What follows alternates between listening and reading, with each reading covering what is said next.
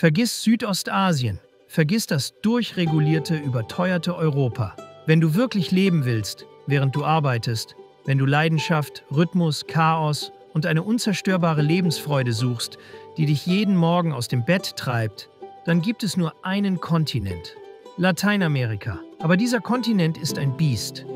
Er wird dich mit offenen Armen empfangen und dich bei lebendigem Leib fressen, wenn du nicht aufpasst. Jeder Reiseblogger wird dir von den Wundern erzählen, aber niemand wird dir die ungeschminkte Wahrheit sagen. Ich werde es tun. Ich habe in fast jeder großen Stadt Lateinamerikas meinen Laptop aufgeklappt.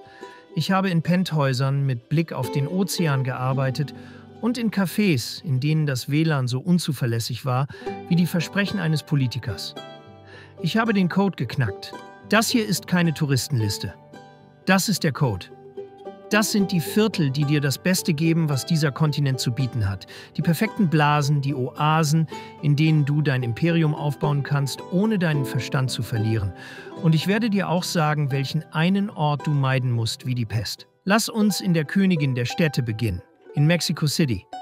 Die Stadt ist ein glorreiches, wunderschönes Monster. Aber dein Stützpunkt, deine Festung ist Polanco.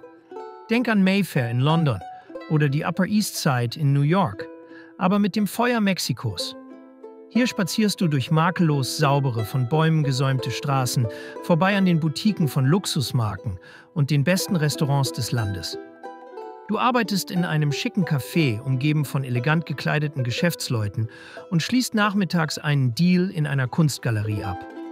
Polanco ist deine sichere, kultivierte Blase, von der aus du in die rohe, unglaubliche Energie der restlichen Stadt eintauchen kannst, wann immer du willst. Fliegen wir nach Süden, in das wirtschaftliche Herz des Kontinents, Sao Paulo, Brasilien. Diese Stadt ist kein Ort zum Entspannen, sie ist ein Ort, um zu erobern. Und das Epizentrum deiner Ambitionen ist Itaim Bibi. Das ist nicht der charmante, bohemische Teil der Stadt. Das ist das Machtzentrum. Hier erheben sich die gläsernen Wolkenkratzer, in denen die größten Deals Südamerikas gemacht werden. Dein Tag besteht aus hochkarätigen Networking-Lunches, aus Pitch-Meetings in eleganten Büros und aus Abenden in den exklusivsten Bars, in denen du auf die nächste erfolgreiche Übernahme anstößt. Itaim Bibi schläft nie. Es ist der perfekte Ort für den Workaholic, den Unternehmer, der von der reinen, unverfälschten Energie des Kapitals angetrieben wird. Aber Brasilien hat zwei Gesichter. Wenn du diese Energie mit einer unschlagbaren Lebensqualität ausgleichen willst, gehst du nach Rio de Janeiro und dein Viertel ist Leblon.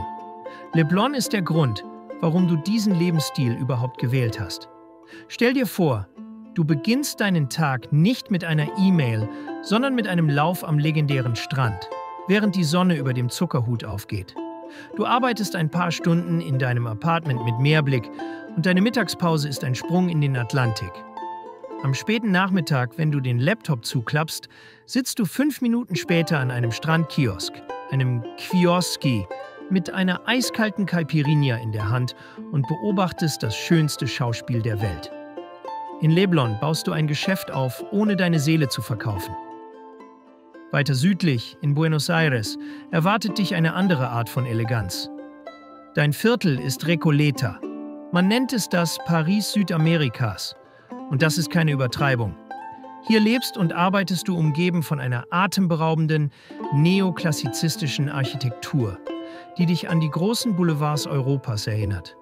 Du mietest ein grandioses Apartment mit hohen Decken und Parkettböden und deine Kaffeepausen verbringst du damit, durch die Straßen zu schlendern, vorbei am berühmten Friedhof, auf dem Evita Perón begraben liegt.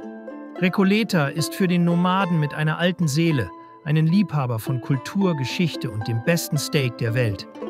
Es ist ein Ort von zeitloser, melancholischer Schönheit. Fliegen wir an die Pazifikküste, nach Lima, Peru. Dein Stützpunkt ist Miraflores. Stell dir vor, du arbeitest in einem modernen Apartment, in einem Hochhaus, das direkt an den Klippen über dem Pazifik thront. In deiner Pause gehst du nicht in die Kaffeeküche, du gehst nach draußen und schaust den Surfern zu, die unter dir auf den Wellen reiten. Die Luft ist frisch und salzig. Miraflores ist sauber, sicher und das Zentrum der vielleicht besten kulinarischen Szene der Welt. Hier schließt du einen Deal ab und feierst ihn am Abend in einem Restaurant, das regelmäßig zu den Besten der Welt gewählt wird. Es ist das Kalifornien Südamerikas, ein Ort für einen gesunden, aktiven und unglaublich köstlichen Lebensstil. Dann Kolumbien. Vergiss die alten Klischees, Medellin ist eine der innovativsten Städte des Kontinents. Aber während die meisten Touristen nach El Poblado gehen, ist ein Geheimnis Laureles. Laureles ist grün, entspannt und authentisch. Die Straßen sind kreisförmig um einen Park angelegt. Alles ist von Bäumen gesäumt. Du arbeitest in einem der unzähligen kleinen, freundlichen Cafés, in denen du nach 2 Tagen mit Namen begrüßt wirst. Du lebst nicht wie ein Tourist, du lebst wie ein Einheimischer.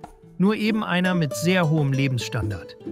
Laureles ist die perfekte Mischung aus kolumbianischer Herzlichkeit und modernem Komfort, ohne die Touristenmassen. Und Bogotá, die Stadt des ewigen Frühlings? Dein sicherer Hafen hier heißt Park 93. Bogotá kann auf den ersten Blick überwältigend wirken.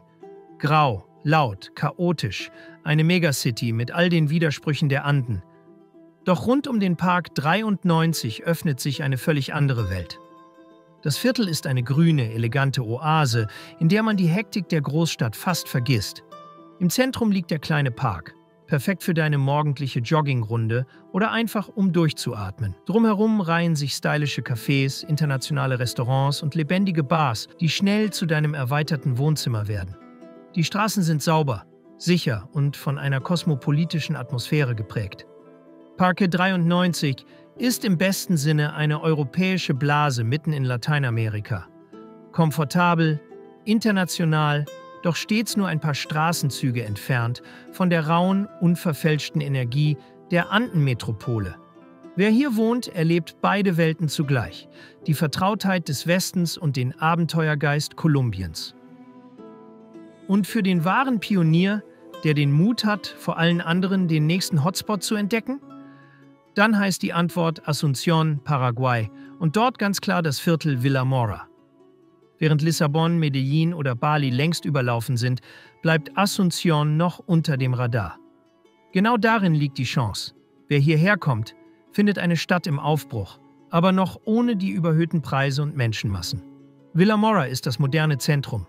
Sichere Straßen, neue Shopping-Malls, stylische Bars und Restaurants, dazu Wohnanlagen mit internationalem Standard.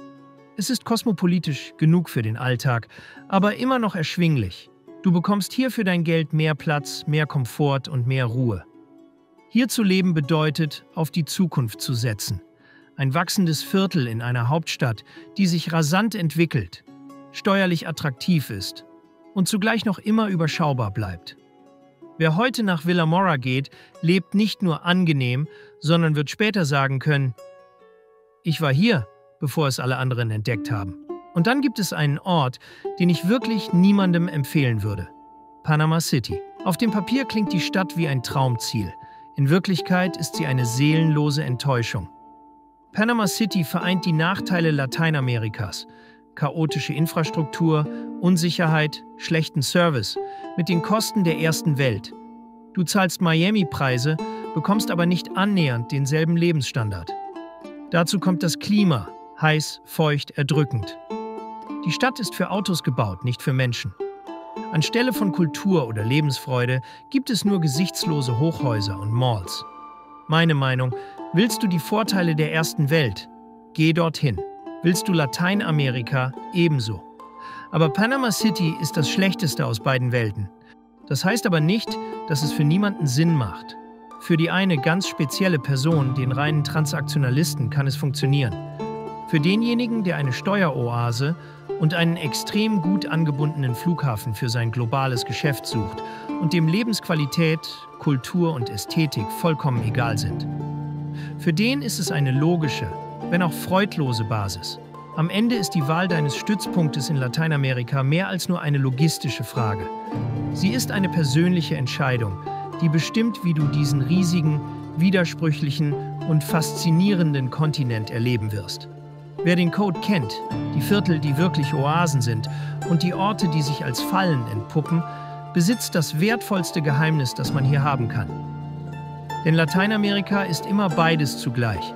Chance und Risiko, Energie und Chaos, Aufbruch und Stillstand. Wer weiß, wo er ankern muss, kann all die Vorteile nutzen ohne im Strudel zu versinken. Darum wähle nicht einfach irgendeine Stadt in Lateinamerika. Wähle das Leben, das dir hier Freiheit, Abenteuer und Sicherheit zugleich gibt. Bist du Unternehmer, Freiberufler oder Investor? Zieht es dich schon lange ins Ausland? Mach heute den ersten konkreten Schritt in eine Zukunft mit mehr Geld und mehr Freiheit. Buche ein Beratungsgespräch mit Sebastian und seinen Kollegen. Unsere Kanzlei unterstützt Mandanten wie dich dabei, deine Steuerlast legal zu reduzieren, Vermögen aufzubauen und zu schützen und deine persönliche Freiheit zu maximieren. Profitiere jetzt von unserem Fachwissen und unserem Netzwerk. Gehe zu mandatierung.com und werde Mandant unserer Kanzlei.